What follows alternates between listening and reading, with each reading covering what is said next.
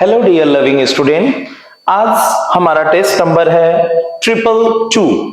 222वां test आज आप लोग दे रहे हैं और उसमें आपका 9, 10th और 11 तीन टेस्ट का कंबाइंड टॉपिक था, जिसका केमिकल काइनेटिक्स, थर्मोडायनेमिक्स के कुछ क्वेश्चंस हैं और कोऑर्डिनेशन केमिस्ट्री के कुछ क्वेश्चन थे। तो चलिए आइए बेटा हम लोग फटाफट क्वेश्चंस देखते हैं। सबसे पहला क्वेश्चन है हमारा, based on the first law of thermodynamics, which one of the following is correct? सबसे पहली बात तो ये देखिए बेटा, यहां पर कह रहा है कि आइसोथर्मल प्रोसेस। आइसोथर्मल प्रोसेस का मतलब आप जानते हैं कि टेम्परेचर जो होगा कांस्टेंट होगा। टेम्परेचर कांस्टेंट होगा तो चेंज इन टेम्परेचर हमारा जीरो होगा, डेल्टा ई की वैल्यू यहां पर जीरो होगी। और फर्स्ट लॉ ऑफ थर्मोडायनेमिक्स से आप जानते हैं delta E is equal to Q plus W, तो यहां से ये जीरो हो गया तो Q equal to minus W आएगा, जो कि यहां पर क्या दिया है, गलत दिया।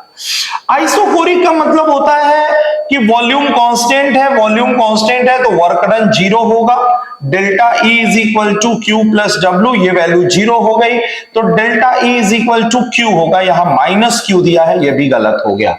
Adiabatic process, you know adiabatic process, no exchange of heat, Q equal to zero, delta E is equal to Q plus W, ये जीरो हो गया तो delta is equal to W आ गया, या माइनस डब्ल्यू दिया है, ये भी गलत हो गया। साइक्लिक प्रोसेस, साइक्लिक प्रोसेस में जितने भी स्टेट फंक्शन होते हैं उन सबकी वैल्यू जीरो होती है, यानी कि delta E is a state function, initial and final position are same, then Q is equal to minus W.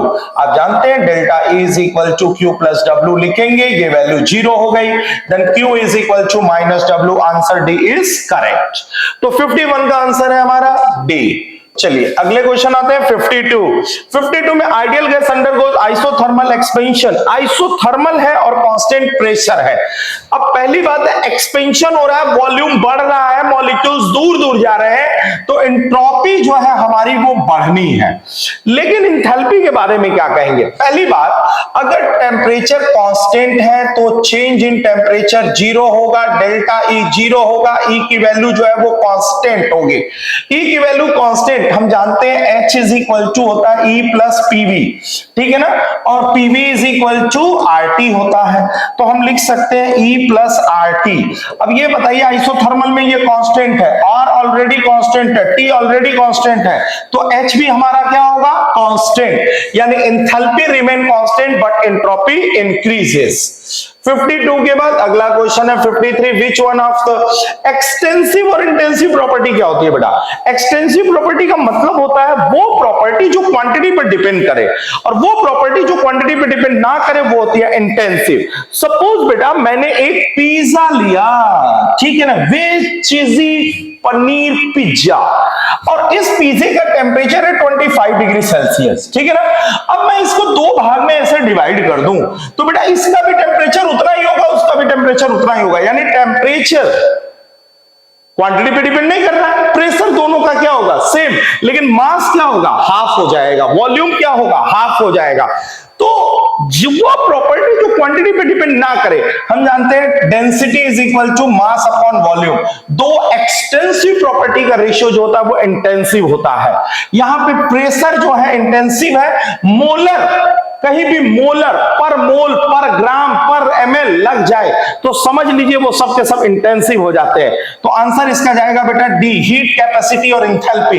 Enthalpy, internal energy, entropy, gas free energy, ये सब के सब जो एनर्जी है आपकी क्या है, वो सब आपकी इंथैल्पी एक्सटेंसिव प्रॉपर्टी है। हीट कैपेसिटी आप जानते हैं, किसी भी अमाउंट का टेम्परेचर जो है 1 डिग्री सेल्सियस बढ़ाने के लिए जितने हीट की जरूरत होती है उसको बोलते हैं हीट कैपेसिटी। एक मोल का टेम्परेचर 1 डिग्री सेल्सियस बढ़ाइए, that is the molar heat capacity. 1 gram का टेम्परेचर 1 डिग्री सेल्सियस बढ़ाइए, that is specific heat capacity. अगला है बेटा delta E is equal to, पहली बात तो देखिए एडियाबेटिक मतलब Q इक्वल टू जीरो, यहां work done equal to zero, isobaric pressure constant, isothermal temperature constant. हमने बोला adiabatic, then delta E is equal to Q plus W। अब Q की वैल्यू जीरो हो गई तो डेल्टा E किसके बराबर होगा, W। 54 का आंसर हो गया A। 55 55 में देखिए क्या कह रहा है, एक गैस है लिक्विड में बदल रहा है, delta n g is equal to होता है प्रोडक्ट माइनस रिएक्टेंट, ये जीरो है, ये वैल्यू माइनस में। अगर डेल्टा एनजी की वैल्यू जो होती है निगेटिव होती है, ठीक है ना, डेल्टा एनजी की वैल्यू क्या है, निगेटिव है, ठीक। तो निगेटिव में हम लोग कहते हैं delta H is equal to delta E plus delta n g R T, ठीक है ना। अब यहां पर देखो बेटा, अगर ये वैल्यू हमारी निगेटिव है, ठीक, और ये वैल्यू भी हमको क्या आनी है, निगेटिव ही आनी है, और डेल्टा ई की वैल्यू जो है, डेल्टा एच यहां पे दिया -3RT, मतलब ये वैल्यू यहां पर हमको क्या मिल रही है, निगेटिव मिल रही है। और डेल्टा ई की वैल्यू मान लीजिए अगर हम पॉजिटिव लेकर के चलते हैं, तो यहां पर देखो बेटा सिंपल सी बात है, यहां पे थोड़ा सा कंफ्यूजन होगा आपको। अगर बेटा ये delta H equal to -3RT नहीं दिया होता, तो सीधे सीधे हम लोग ये कहते, पहले सीधे सीधे कॉन्सेप्ट समझिए कि delta H equal to delta E plus delta n g R T, और कोई वैल्यू नहीं दिया है, तो if delta n g is equal to 0 then delta H is equal to क्या होता है, डेल्टा ई, और अगर delta n g is greater than 0 then delta H is greater than delta E, और अगर delta n g is less than 0 है तो delta H is less then delta E, ये होता है। लेकिन यहां पर जो delta H is equal to -3RT दे दिया, ठीक है ना, -3RT का मतलब क्या हो गया, delta H is equal to delta E, और ये ऑलरेडी ये वैल्यू आपकी माइनस आ रही है तो -RT होगा, और ये वैल्यू -3RT आ रहा है, इसका मतलब ये वैल्यू, इसके बारे में कुछ नहीं दिया तो इसको हम पॉजिटिव मान के चले, तो ये वाली वैल्यू हमारी क्या है, ज्यादा है, ये वाली वैल्यू क्या है, ज्यादा है।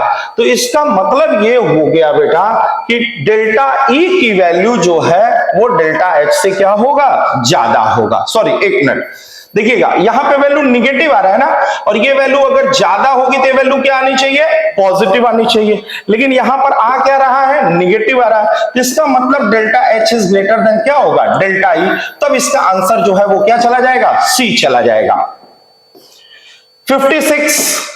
56 for a reaction 2A 3B, तो पहले आप रेट ऑफ रिएक्शन लिखिए, तो 1/2 dA upon dt is equal to 1/3 dB upon dt। अब यहां से देखिए 2 इधर ट्रांसफर कर दिया, हमें पूछा जा रहा है रेट ऑफ कंजप्शन यानी dA upon dt, that is equal to 2/3, इसकी वैल्यू x दिया है, 2x/3, आंसर सी है। चलिए, हाई ऑर्डर ग्रेटर देन 3, देखिए जब हम लोग कहते हैं ना मॉलिक्यूलरिटी 3 से ज्यादा नहीं होनी चाहिए, क्योंकि उनके बीच में इफेक्टिव कोलिजन जो होता है वो पॉसिबल नहीं होता, answer C is correct.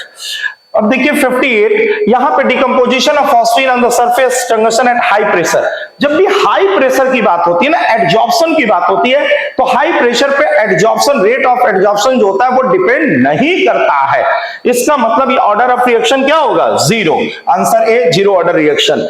Which concentration plot is linear, पहली बात तो ये समझ लो बेटा कि K इज इक्वल टू 2.303, ठीक है ना, 2.303/T log A0 upon AT होता है, ठीक है ना।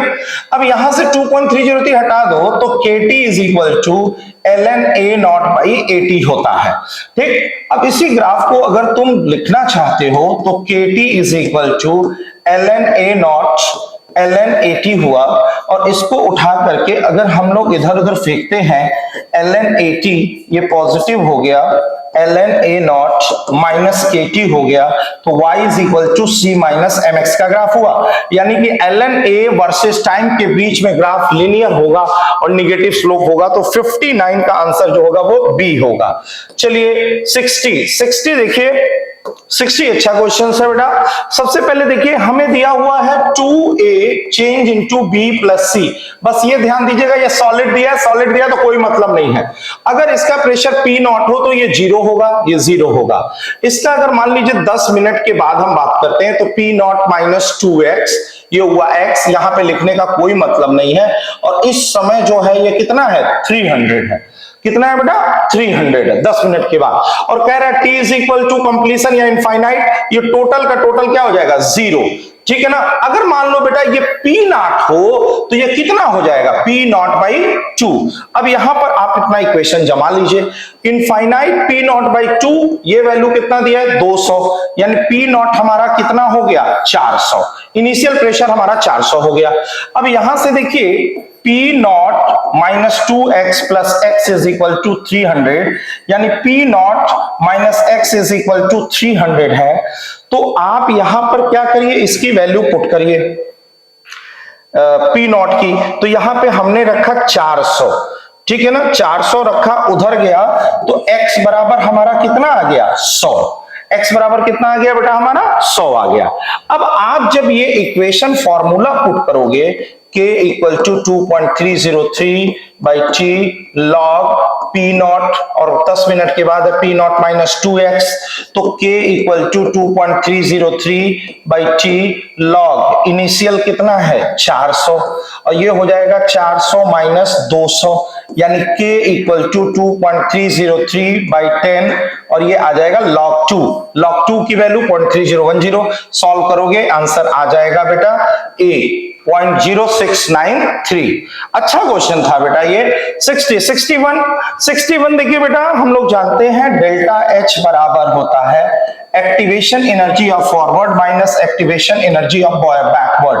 अब यहां पर दिया है कि activation energy for exothermic reaction A to B is 80, this value is 80, और एक्टिवेशन एनर्जी फॉर बैकवर्ड हमसे पूछ रहा है, ठीक है ना, और हीट जो रिलीज हो रही है एक्सोथर्मिक है, तो माइनस कितना होगा 200। अब यहां से इसको ट्रांसफर करोगे तो EB आ जाएगा 280, आंसर डी इज करेक्ट। चलिए, excess of silver nitrate solution is added to, पहले तो आप जो ये सिल्वर नाइट्रेट सोल्यूशन के मोल्स निकाल लो, तो 100 into 0.01 by 1000 that is 0.001 mole AgNO3 हो गए। अब पहले हम फॉर्मूला लिखते हैं, पेंटा एक्वा क्रोमियम H2O5 Cl, और ये हो गया Cl2। अब ये बताओ कितने मोल यहां से Cl2 निकलने वाले हैं, 2 मोल, तो कितने मोल AgCl बनेंगे, 2 मोल AgCl, 2 मोल AgCl बनने वाले हैं। तो टोटल कितना मोल प्रेसिपिटेट बनेगा भैया, देखिए 0.001 है, तो ये हो जाएगा 2 इंटू 0.001 मोल AgCl, ये 0.001 इंटू 2 AgCl का मॉलिक्यूलर वेट ले लीजिएगा, उसके बाद आपको मिल जाएगा मास, और कैलकुलेट कर लीजिएगा, आंसर ए आ जाएगा। ऑक्सीडेशन स्टेट, पहले बात तो देखो दोनों का ऑक्सीडेशन स्टेट कितना है, दोनों का कोऑर्डिनेशन नंबर 6 है, ऑक्सीडेशन स्टेट +3 होगा, लेकिन फिर भी निकालना चाहते हो तो इसको x, इसको 0 इंटू 6, ये 3 है तो ये हो जाएगा 3x, ये हो जाएगा 8 into 0 4 3 12 into -1 equal to 0, x equal to आएगा +3, दोनों का +3 आ जाएगा। 76 फेशियल और मेरिडियोनल मैंने आपको बता रखा है बेटा, Ma3B3 वाला फेशियल और मेरिडियोनल बनाता है। अगर ऑक्टाहेड्रल के एक फेस पे सारे सेम टाइप के लिगेंड होते हैं फेशियल, और मेरिडियन पे सेम टाइप के होते हैं meridional, answer D is correct. Which one of the following examples show the optical isomerism? आपको ये एग्जांपल बोला है मैंने, रट के लेने का है, क्योंकि सबसे ज्यादा ये पूछा जाता है।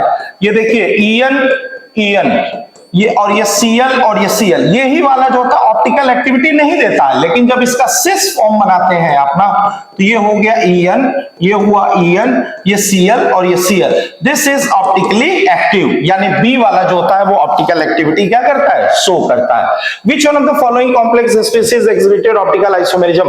बेटा डी ऑप्शन है, आंख बंद करके मारना है, कई बार बताया जा चुका है कि आपको मैंने ट्रिक बताया था कि A3B3, इसका जो आप कॉम्बिनेशन बनाते हैं AA AB BB, ठीक है, या AB AB AB, मैंने बताया था कोई भी सेम टाइप का आ जाए ऑप्टिकल आइसोमेरिज्म नहीं होगा, दो डिफरेंट सेम हो जाए तब भी जो है ऑप्टिकल आइसोमेरिज्म नहीं होगा।